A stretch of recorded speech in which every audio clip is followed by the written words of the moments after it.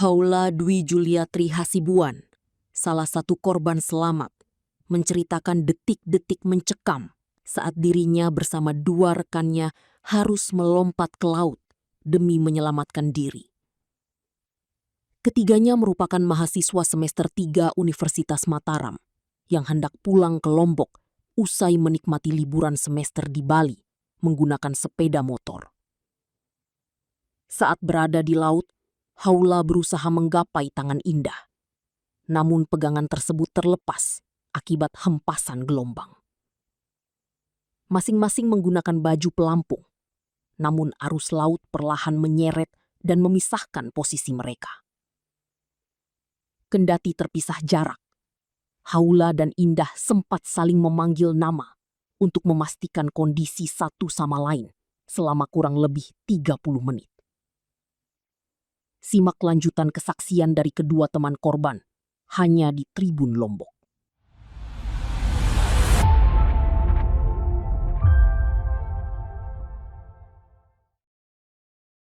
Itu kurang tahu saya karena saya juga masih sama-sama di laut dan itu waktu itu gelap kan, jadi saya kurang tahu untuk entah kenapanya meninggalnya itu apa akibat pastinya.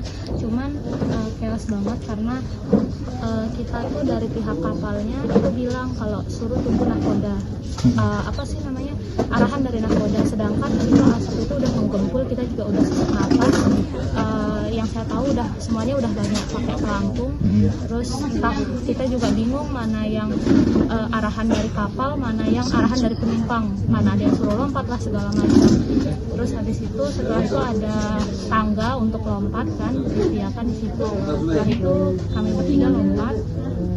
Korban yang pertama, almarhumah yang pertama, setelah itu saya, baru teman saya.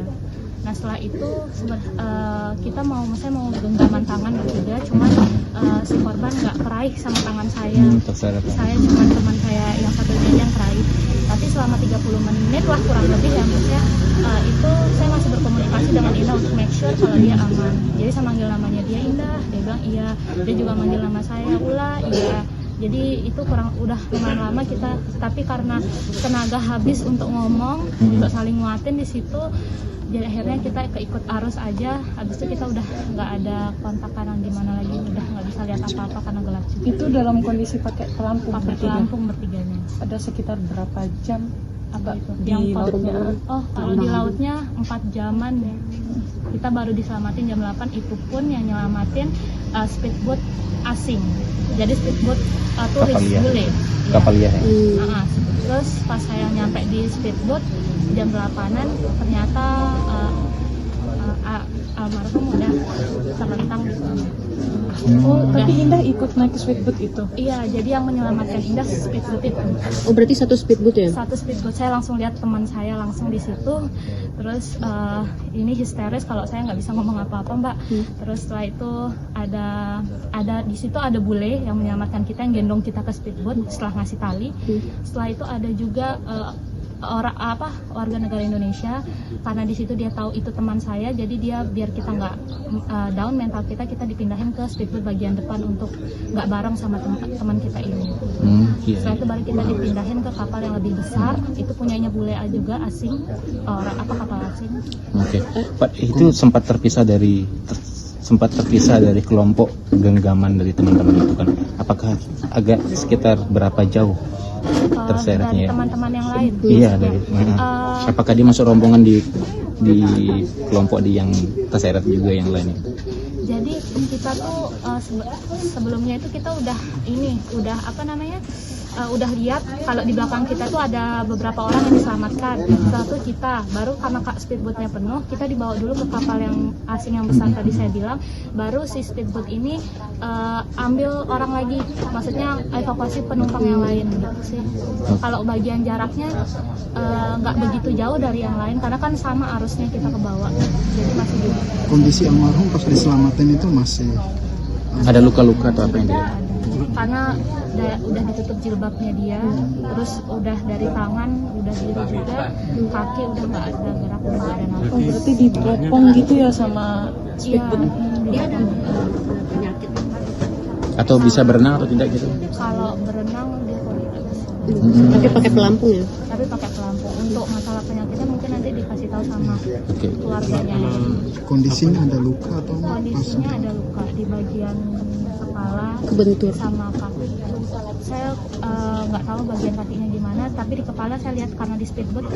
Tapi bagian kaki saya kurang lihat, soalnya saya juga nggak merhatiin. Mbak, berarti terakhir kali ngobrol sama almarhumah ini saat Di kapal. jam kejadian itu ada berapa jam kira-kira? Waktu kita di dalam laut ada, kalau feeling saya maksudnya ada 30 menitan kurang lebih. Kita masih ngomong kok itu, karena kan kita kepisah, kita mau satu juga nggak bisa karena lawan arus gitu ya. Satu lagi Mbak, satu lagi boleh. Ya, oke. Boleh disampaikan, diceritakan sedikit tujuan ke Bali itu apa? Jadi karena lagi libur kuliah, kami bertiga sepakat mau ke Bali. Sebenarnya berempat tapi jadi bertiga. Iya, itu aja sih liburan. Berarti ini pulang liburan dari Bali? Iya betul, pulang liburan. Libur semester kuliah ya? Iya, Kuliah di di Universitas Mataram. semester berapa? Semester 3. Semester 3, berarti bertiga semester 3? Iya, Oke. seumuran. Ada prinsip-prinsip apa gitu naik Jujur itu saya juga dari semalam nggak tidur karena saya mikir kayak kok bisa nggak ada firasat apa-apa. Semuanya dari orang tua ada, dari orang tua saya, tapi mungkin nggak expect ya? kepikiran kalau ke kita gitu loh.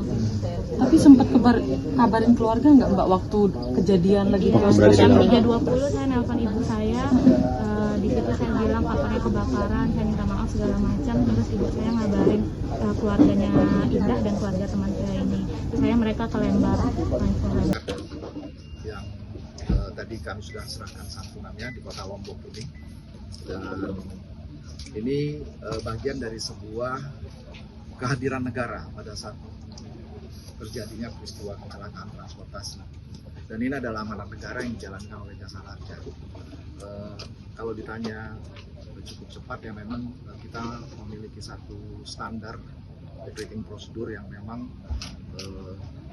pada saat terjadi peristiwa kecelakaan kita secara cepat mengidentifikasi, tentu saja dengan semua support dari Kementerian Perhubungan, dari Basarnas, dari kepolisian, rumah sakit, juga dari KSOP, dari KPLP, Gapasdap juga tentu saja yang memiliki banyak anggota operator penyeberangan angkutan sungai, danau, dan pantai ini juga berpartisipasi. Jadi kecepatan ini bukan hanya karena kami Jasa Marga sendiri yang melakukan verifikasi dan juga hal-hal yang berkaitan dengan validasi data, tapi karena tadi semua unsur memberikan kontribusi. Nah, sehingga syukur alhamdulillah pada hari ini, siang hari ini, kita berikan nilai santunan senilai 50 juta rupiah kepada almarhumah Indah Dwi Septiani yang meninggal dunia pada peristiwa kecelakaan kapal motor penyeberangan Putri Yasmin ini,